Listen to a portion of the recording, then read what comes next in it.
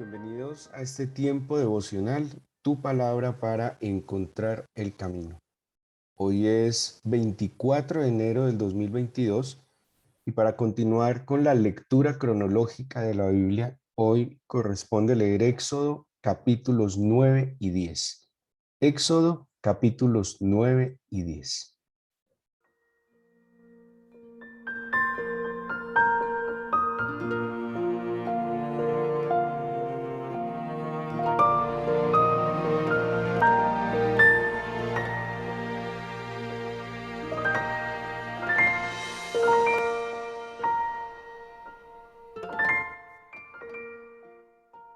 Empezamos a leer este segundo capítulo de la Biblia, que su escritura se le atribuye a Moisés, como son todos los demás libros de lo que se conoce como el Pentateuco o los primeros 5 libros de la Biblia. Este segundo libro hace parte del texto sagrado para los judíos, la Torá, que ellos conocen como la ley o como la instrucción. Y como les decía, de todos estos 5 libros, su autoría se le atribuye a Moisés. Moisés es sin duda alguna el principal profeta de la religión judía y es pues como aquel que es el instrumento del Señor para traer lo que ellos más valoran de parte de Dios, que es la escritura. En la fe judía, por eso ellos se conocen como la religión del libro, es fundamental la escritura. ¿Sí? Digámoslo así, el eje central de la fe de ellos es la escritura, porque es el testimonio tangible y evidente que el Señor puso en sus manos. Los libros del Pentateuco, pues cuando se traduce, se hace la primera traducción de la Biblia, o sea, más bien del Antiguo Testamento, que se hace alrededor del siglo II antes de Cristo en Egipto, esa traducción es al idioma griego, se hizo en Alejandría, en Egipto. Esa traducción se le llamó la traducción de los 70 o Septuaginta. Cuando se hace la traducción del Antiguo Testamento al griego, es la primera traducción que se hace de los textos hebreos, eh, pues se tiene que dar de alguna manera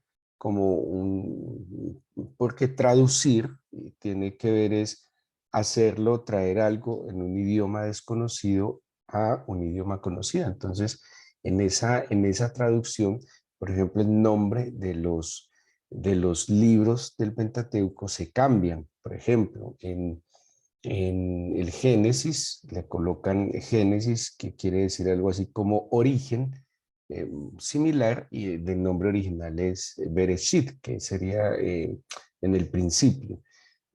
Por ejemplo, Éxodo, le colocan Éxodo, dándole una interpretación al contenido del libro de Éxodo, porque Éxodo quiere decir algo así como salida.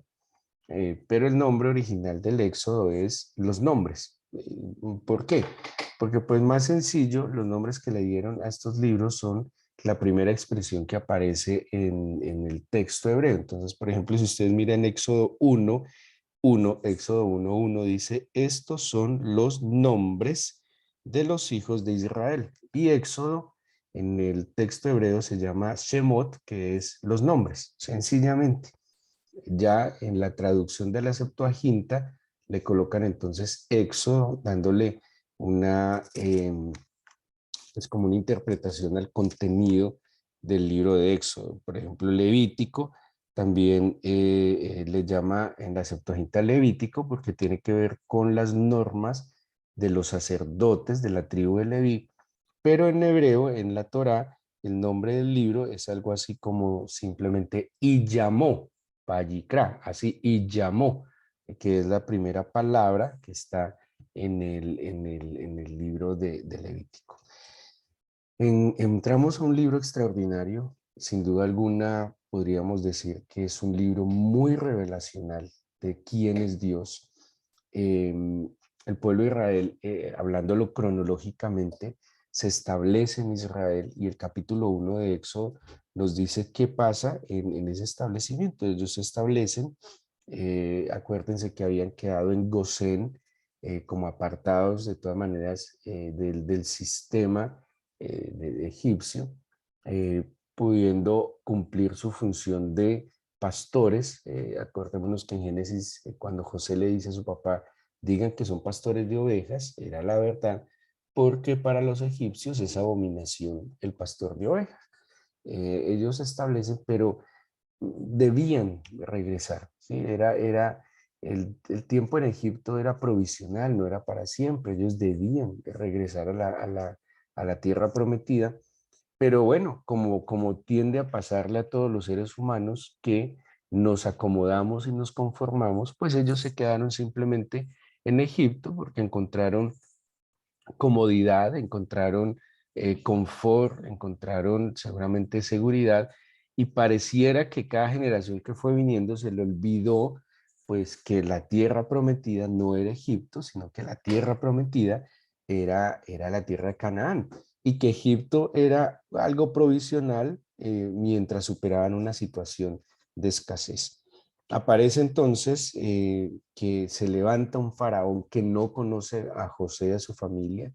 Este faraón pues se preocupa porque ve que el pueblo hebreo se ha multiplicado. En este momento todavía no se habla todavía tanto como el pueblo judío o israelita, mucho menos judío, sino como los hebreos por su lengua.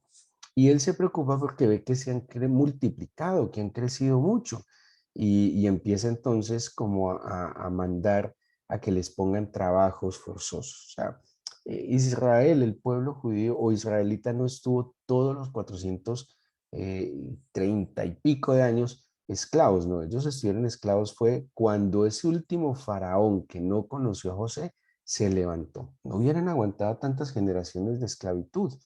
Y y es cuando en el último faraón que se levanta, uno que olvidó lo que José y su familia habían hecho por el pueblo de Israel. Se levantan cosas muy bellas. Capítulo 1, versículo 7 dice, los hijos de Israel fructificaron, se multiplicaron, fueron aumentados, fortalecidos en extremo, y se llenó la tierra de ellos. Ahí está la bendición de Dios sobre los hijos de Israel. Cuando los egipcios empiezan a oprimirlos, a llevarlos contra las cuerdas, dice el versículo 12, pero cuanto más los oprimían, tanto más se multiplicaban y crecían. Esto es espectacular. Aquí vemos lo que es la bendición de Dios determinada sobre sus hijos. ¿Cuál es la bendición de Dios? Fructificar, multiplicar, aumentarse, fortalecerse. Y que incluso si hubiese opresión, oposición o adversidad, ese sería un medio también para crecer más. Por eso dicen, cuanto más los oprimían, tanto más se multiplicaban y crecían. ¿Qué mandó Faraón? A que mataran a todos los niños, todos los niños, porque claro, menos hombres, pues obviamente menos soldados o hombres fuertes que pudieran levantarse en contra de Faraón. Así que vemos cómo lastimosamente un medio de bendición, porque no podemos negar que Egipto fue un medio puntual de bendición, lastimosamente termina siendo un medio de esclavitud. ¿Por qué? Por el apego innecesario. Y ojo con esto, que esto sí nos tiene que dejar a nosotros enseñanzas. ¿Cuántas cosas el Señor no ha permitido en nosotros para bendecirnos, pero por desenfocarnos y quitar la mirada del Señor, eso que puntualmente era un medio de bendición, termina siendo un medio de esclavitud y un medio de aflicción? Por ejemplo, un trabajo, un empleo es una bendición, sin duda alguna. Y el Señor provee. Y la Biblia nos enseña mucho sobre el trabajo, y que hay que ser diligentes, no perezosos, y que hay que, la Biblia enseña, con el sudor de la frente. Pero ¿cuántas veces ese medio de bendición, por volvernos obsesivos al quitar la mirada del Señor, termina siendo un medio de aflicción y de esclavitud? Eso pasó con Egipto. Egipto era un medio de bendición. Es más, Egipto fue un medio de salvación para una situación adversa puntual.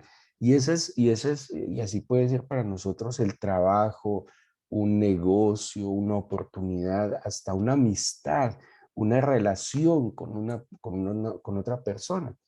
Pero cuando desenfocamos nuestra mirada, cuando bajamos nuestra mirada, cuando dejamos de ver al Señor, pues ese medio de bendición puede convertirse lastimosamente en un medio de esclavitud y de aflicción.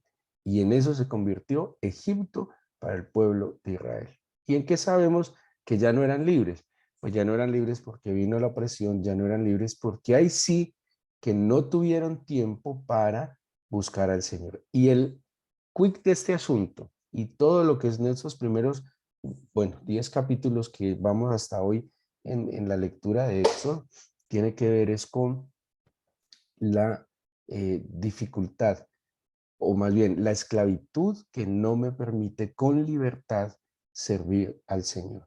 Bueno, en el capítulo 2 aparece Moisés en escena, Moshe del hebreo Masha, que quiere decir sacar, y Moisés literalmente, pues es algo así como sacado, ¿de qué? De las aguas, rescatado de las aguas. Eso sí que tiene cómo entenderlo. Las aguas representan gente, las aguas representan el mundo.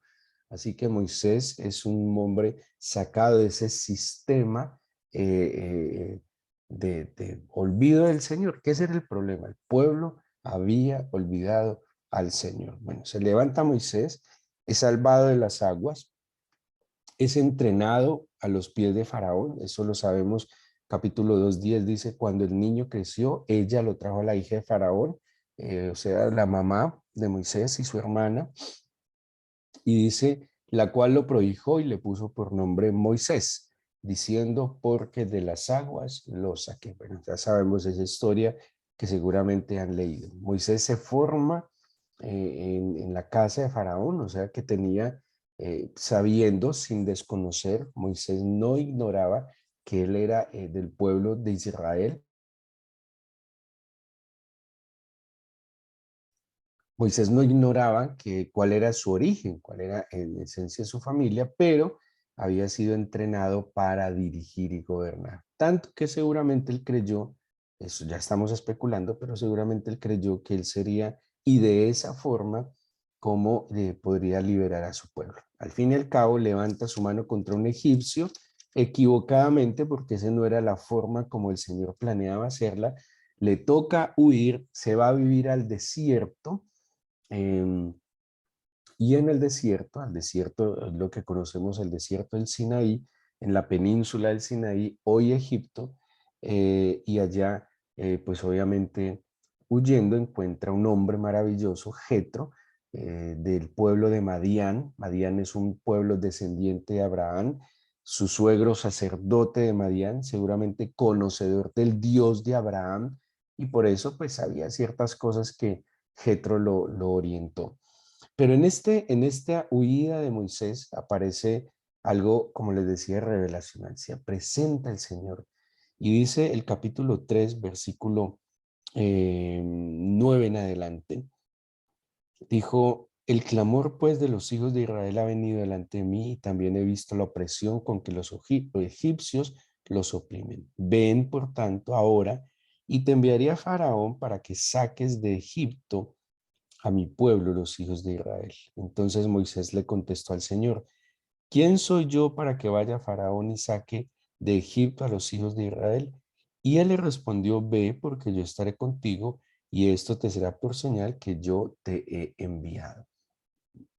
Dice más adelante, bueno, Moisés entra en esta discusión con el Señor y el 14 dice, y contestó el Señor a Moisés, yo soy el que soy, y dijo, así diráis a los hijos de Israel, yo soy, me envió a vosotros. Bueno, aquí hay algo bien particular, y es que eh, el Señor se da a conocer a Moisés como no lo había hecho con Abraham, con Isaac y con Jacob, y se los voy a leer en el capítulo 6 de Éxodo, versículo 3, porque dice, aparecía Abraham, a Isaac y a Jacob como Dios omnipotente, como Dios omnipotente, creo que es Shaddai la expresión, y aparecía Abraham, a Isaac y a Jacob como Dios omnipotente, mas en mi nombre, Jehová o Yahvé, no me di a conocer a ellos. ¿A quién se iba a conocer con su nombre? A, a Moisés y al pueblo de Israel. Ese yo soy el que soy es algo así como seré el que seré, más bien. Es eye hacer heye, algo así como seré el que seré. No solo soy el que soy, sino seré el que seré, dándole esa expresión perpetua a la esencia del Señor. Bueno, aquí Moisés conoce al Señor de manera personal. ¿Por qué sabemos que de manera personal? Porque es con su nombre, que representa lo que el Señor es, quién es, y, y entran en este proceso no de discusión, sino más bien como de instrucción, de enseñanza, con toda la paciencia y amor. El Padre, como siempre lo ha hecho, lidiando con los temores, con la inseguridad, con las dudas de Moisés. A veces le prestaba atención, a veces simplemente le decía, no, no importa venga y verá, yo estoy con usted y si yo estoy con usted, no importa que usted no sepa hablar, no importa que usted se sienta viejo, no importa que se sienta cansado, es que no es usted el que lo va a hacer, sino que soy yo el que lo va a hacer a través de usted. Es hermoso este proceso de formación, de restauración, que tiene el Señor con Moisés, con toda la paciencia.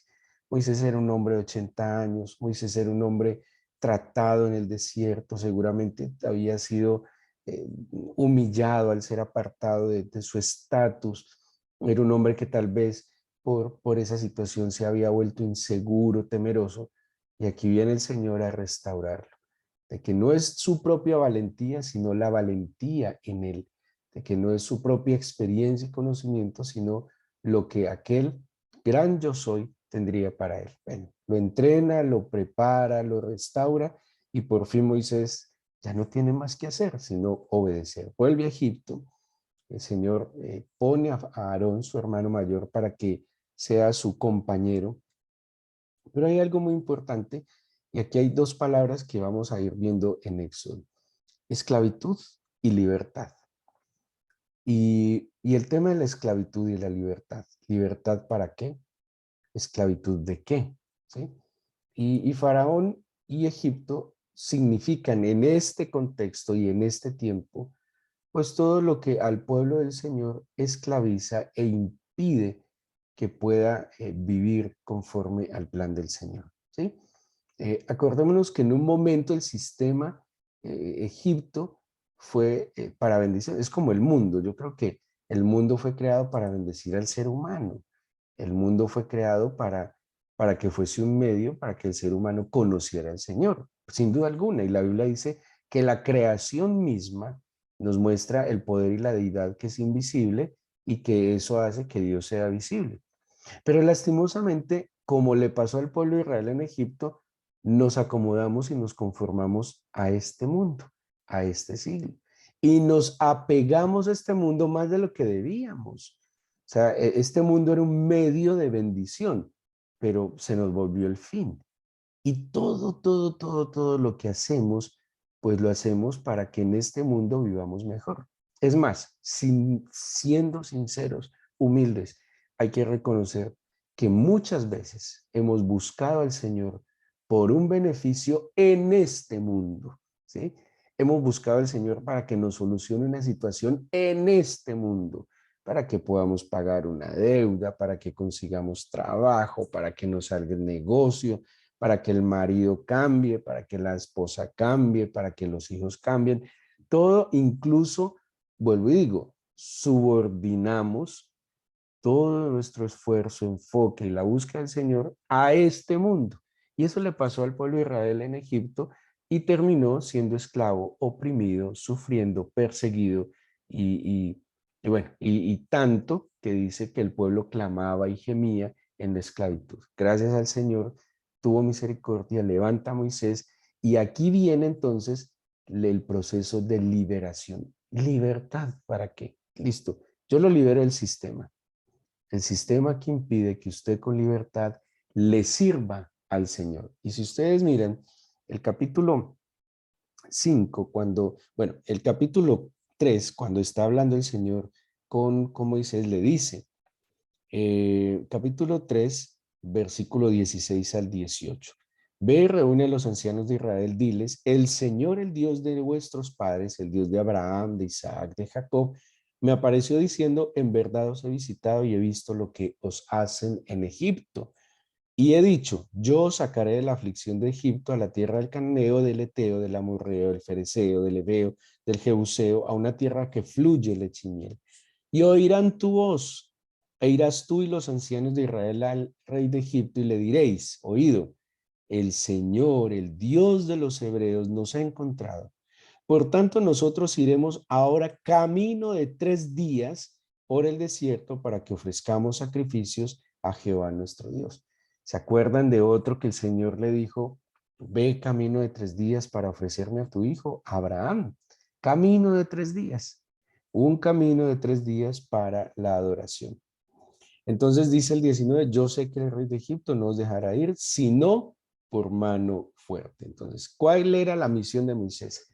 Ir a sacar al pueblo para que le sirviera al Señor. Esa es la idea de la libertad, o libertad para qué, ¿sí? De hecho, quisiera leerle rápidamente lo que dice Primera de Pedro, la primera epístola de Pedro, capítulo 2, versículo 15, dice así, porque esta es la voluntad de Dios, que haciendo bien hagáis callar la ignorancia de los hombres insensatos. Ojo, como libres, pero no como los que tienen la libertad como pretexto para hacer lo malo, sino como siervos de Dios.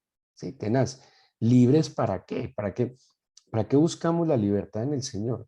Para seguir haciendo lo que nos parece, para que no nos frieguen y podamos hacer lo que nos dé la bendita gana, o, como dice Pedro, libres para hacer lo que al Señor agrada, para servirle. Pues el pueblo de Israel debía ser libre, era para servir a Dios. Aquí entonces llega Moisés en el capítulo 4, en el capítulo 5 se presentan delante de Faraón, y en el capítulo 5, versículo 1, cuando se presentan ante Faraón, le dice, deja ir a mi pueblo a celebrarme fiesta en el desierto. Faraón contestó, ¿quién es Jehová para que yo oiga su voz y deje ir a Israel? Yo no conozco a Jehová, ni tampoco dejaré ir a Israel. Y ellos dijeron, el Dios de los hebreos nos ha encontrado. Iremos pues ahora camino de 3 días por el desierto y ofreceremos sacrificios a Jehová nuestro Dios para que no venga sobre nosotros con peste o con espada. Dice el versículo 4. Entonces el faraón le dijo a Moisés y a Aarón, ¿por qué hacéis cesar al pueblo de su trabajo? Volved a vuestras tareas. Dijo también Faraón, he aquí el pueblo de la tierra es ahora mucho, vosotros los hacéis cesar las tareas. Y aquel mismo día les mandó cuadrilleros del pueblo que los tenían a su cargo de sus capataces, diciendo, de aquí en adelante no daréis paja al pueblo para hacer ladrillo, como hasta ahora, que vayan ellos y recojan por sí mismos la paja. ¿Qué hizo? Les multiplicó el trabajo. Claro, pensaría que solo con decirlo iban a ser libres. Era un proceso. Y todo este proceso de las plagas, bueno, a propósito, el, el propósito de las plagas no era frente a Faraón. No era la dureza del corazón de Faraón, era la dureza del corazón del pueblo de Israel. El Señor ya sabía que Faraón no los iba a dejar salir. Y el Señor los pudo haber sacado sin ninguna plaga, de entrada la de los primogénitos. El Señor puede hacerlo ya, de una. Pero como el Señor conoce nuestro corazón, Él sabía que debía glorificarse en el pueblo de Israel y que quedara, bueno, derrumbar la incredulidad, derrumbar las dudas, la dureza del corazón del pueblo de Israel. Entonces, las 10 plagas no era para demostrar el poder ante Faraón, porque si fuera así, Faraón no hubiera ablandado. Faraón en últimas nunca ablandó, ni hasta el último momento, porque en el último momento los persiguió. Todo este proceso era para que la fe del pueblo de Israel pudiera purificarse y su confianza crecer en el Señor. Bueno, en estos capítulos, hasta el capítulo 10, entramos en este juego de ir, de discutir y de decir que sí, pero luego que no. Si ustedes miran, aparecen 7 veces, 7 encuentros que tienen Moisés, Aarón y Faraón, donde le dice, deje ir a mi pueblo. Está en el capítulo 5, 3, en el 7:16 dice, cuando aparece la plaga de sangre, deja ir a mi pueblo para que me sirva en el desierto, y he aquí que hasta ahora no has querido oír. En el 8.1, cuando aparece la plaga de las ranas, dice el 8.1 al final, deja ir a mi pueblo para que me sirva, y si no lo quisieres dejar ir, he aquí yo castigaré con ranas todo tu territorio. El capítulo 8, en el versículo 20, dice al final, deja ir a mi pueblo para que me sirva. El capítulo, el mismo capítulo, versículo 27 dice, camino de 3 días iremos por el desierto y ofreceremos sacrificios a Jehová nuestro Dios como él nos dirá. Dijo Faraón, yo os dejaré ir para que ofrezcáis sacrificios a Jehová vuestro Dios en el desierto, con tal que no vayáis más lejos, orad por mí. Obviamente el plan de Moisés no era ir 3 días y volver. Eso era lo que creía Faraón, pero el plan de Moisés era ir camino de 3 días, adorar, pero seguir derecho hacia la tierra de Canaán. En el capítulo 9, ya vamos como en el quinto encuentro, donde le dice, deja ir a mi pueblo para que me sirva, porque si no lo quieres dejar ir y lo detienes aún, he aquí la mano de Jehová estará sobre tus ganados. En el capítulo 9, versículo 13, de nuevo, el sexto encuentro, deja ir a mi pueblo para que me sirva. Y en el capítulo 10, ya como la última oportunidad, dice en el versículo 3, ¿hasta cuándo? Dice el versículo 3 al final, ¿hasta cuándo no querrás humillarte delante de mí? Deja ir a mi pueblo para que me sirva. Faraón, pues ya después de la muerte de los niños y eso, casi que los echa, pero realmente nunca los dejó ir. Pero el Señor se manifestó con mano prodigiosa y poderosa, trayendo libertad en la Pascua, que es lo que va a venir en la lectura del día de mañana, aquella noche gloriosa y maravillosa en que el Señor redime a su pueblo, los salva y ellos salen de Egipto hacia la tierra prometida. Pero libres ¿para qué? Libres para poder servir al Señor. Como dice Pedro, ¿en qué vamos a utilizar la libertad? Si usted analiza aquí, pues hay muchas cosas que tienen que ver con nuestra vida. Uno, ¿cuántas veces lo que era una bendición se convierte en una situación que nos esclaviza? ¿Por qué? Por haber quitado la mirada del Señor. Porque en vez de haber hecho como Pedro, que Pedro cuando vio el milagro del Señor con aquella pesca prodigiosa, Pedro no se quedó con la pesca, Pedro se quedó con el dador. Y a veces nosotros nos quedamos con la bendición, pero no con el que otorgó la bendición. Y muchas veces, y esto les va a sonar rarísimo, muchas veces la bendición se vuelve una maldición. ¿Pero por qué? Por haber quitado la mirada y el corazón del que concedió esa bendición. Y eso le pasó al pueblo de Israel. Egipto era una bendición, no era una maldición, era una bendición, pero terminó siendo el origen de sus dolores de cabeza. Y hay muchas cosas que tal vez usted hoy tiene en sus manos que en su momento fueron una bendición, pero ya no lo son, porque ya no están en el plan de Dios, porque seguramente se pudo haber quitado la mirada del Señor y se perdió de vista el propósito de ese medio que Dios le concedió. A libertad nos llamó el Señor.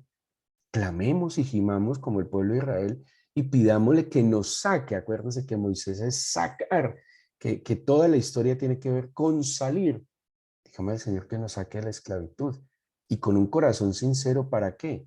Para que le sirvamos, que nos esclavice de que nos libere de ese sistema faraónico que no nos deja servirle con libertad, que no nos deja disfrutar de lo que Él ha puesto en nuestras manos para glorificarle, que muchas veces somos nosotros los que atamos grillos a nuestros pies y a nuestras manos, que nos atan e impiden poder con libertad glorificar al Señor en todas las áreas de nuestra vida. Así que oremos, démosle gracias al Señor por este día y que así como el pueblo de Israel clamó, porque literalmente estaba contra las cuerdas, pero gimió, clamó, y eso fue lo que el Señor le dijo a Moisés: he oído, el clamor del pueblo ha subido delante de mí. Que el clamor nuestro por libertad suba delante del Señor. Obviamente, Si hay pecado en nuestro corazón, el clamor no va a subir ni del techo. Pero dígale, Señor, perdona mis pecados, escucha mi clamor. Yo quiero y necesito ser libre. Y entiendo que la libertad no es para hacer lo que me parezca, la libertad es para servirte, para adorarte, para glorificarte. Y creo que una forma de glorificarte, mi Señor, es poder disfrutar más tiempo con mi familia, poder tener mejores tiempos delante de ti, estudiar la Escritura y trabajar equilibradamente, Señor. No quiere decir que la libertad es que no hagamos nada de lo que nos dificulta, no. Pero todo lo que me aparte de tu camino, todo lo que estorbe en que yo esté en comunión contigo, Señor, sí hace parte del sistema faraónico. Y yo te pido que rompas cadenas en mi vida, dígale así, libérame, Señor. Pueden ser simplemente actitudes y hasta mías. Muchas veces nos esclavizamos nosotros mismos, Señor. Rompe, por favor, esas cadenas, esas ligaduras, Señor, que no nos dejan con libertad servirte. Es que ya ni tengo tiempo de hacer una oración coherente, decente delante de ti. Todas a las carreras. A toda hora el tiempo apremia, Señor. Yo te pido que seas tú, Señor, rompiendo ese yugo y esas cadenas que oprimen a tus hijos, Señor, que no dejan que te sirvamos con libertad. Guárdanos de usar la libertad mal. Por el contrario, como dice tu palabra, Señor, que tu amor nos sujete, que tu voluntad nos limite, Señor. Yo te pido, Padre Todopoderoso, eterno, el que se manifestó a Abraham, Isaac y Jacob, el que se presentó en el Sinaí a Moisés como el gran yo soy. Yo te pido, poderoso, que por el poder de tu palabra rompas, Padre, por favor, en los corazones de tus hijos la incredulidad. Te pido que rompas la dureza del corazón que impide, Señor mío, verte. Quita el velo de nuestros ojos, el tapón de nuestros oídos y rompe cualquier tipo de ligadura de esclavitud, Señor, al pecado, a algo físico, material que en su momento fue una bendición, pero ahora se nos volvió una esclavitud, Señor, a un medio que se nos volvió en un ídolo, tal vez, Señor. Libera a tus hijos, que el poder de tu espíritu, que la unción de tu espíritu pudra el yugo de nuestra cerviz y que podamos levantar la mirada de nuevo a ti, que te veamos a ti, Señor, el autor y consumador de la fe, y que puestos nuestros ojos en ti, podamos marchar hacia adelante, hacia la meta del supremo llamamiento, hacia esa tierra prometida, hacia ese lugar de bendición. No permitas que las bendiciones que me has dado por quitar mi mirada de ti se me vuelvan en un motivo de aflicción. Trae libertad a tu pueblo, a tus hijos, para que te sirvan. Escucha nuestra oración y el clamor de tus hijos, Señor. Extiende tu mano de bendición sobre este nuevo día, esta nueva semana. Guíanos con tu mano y danos tu bendición. Te lo pedimos en el nombre de Jesús. Amén.